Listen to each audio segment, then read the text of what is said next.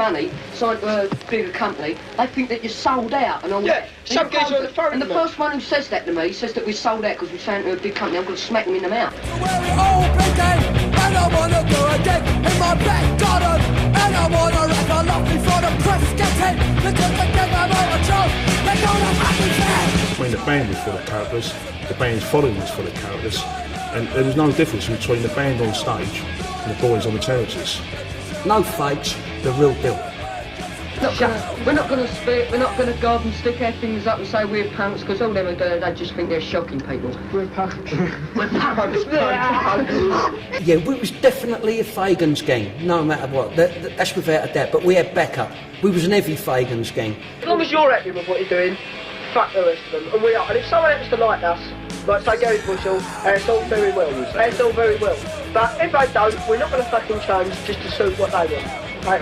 They've got a roper, a really great blokes, but they can handle themselves as well. And I've only seen them actually had to fight anyone once, and then about 16 of them decimated 40 skinheads who were causing a lot of trouble. Join the Rejects' Fight Club with a punk rock soundtrack. The Cockney Rejects were in the vanguard of the whole football hooligan explosion that inspired Green Street Football Factory and The Firm. But this is more than just another film about fighting, and more than just another rock band biography.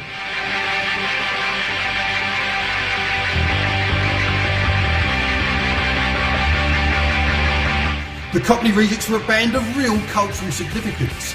Whereas most of the original punk bands were inventing proletarian backgrounds, these boys were the real deal. But the music, fashion, and the football and the violence were all one. And the only band in the world we knew like that was who were 100% like that was the Rejects. Yeah.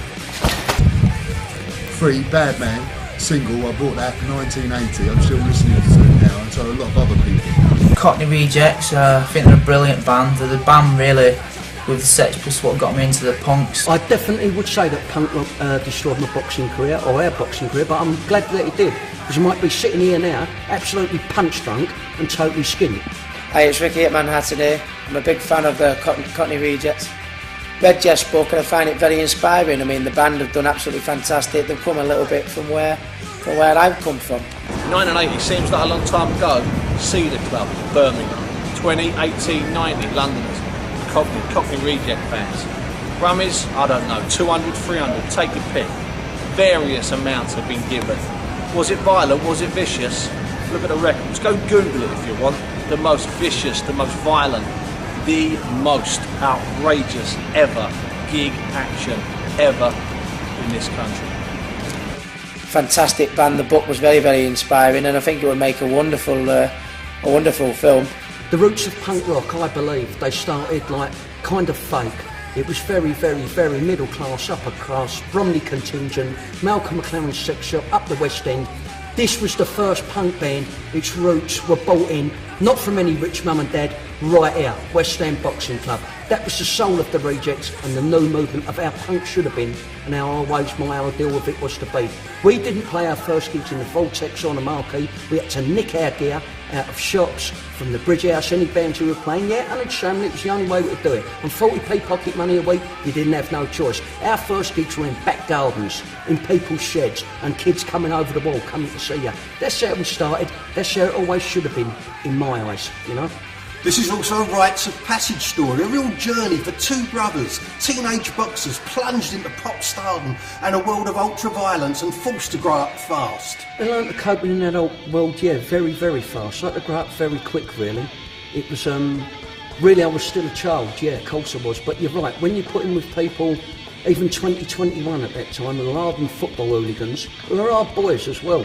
You know, you're 14, 15 coming into it. That seems a nice age away, that gap of 5 or 6 years. It's a massive gap at that time, and it was just one of them things I had to. Yeah, it was tough.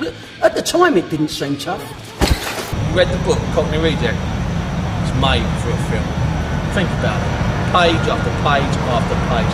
If there ain't violence, there's success. If there ain't success, there's heartbreak. It certainly gets Ricky Hatton's backing.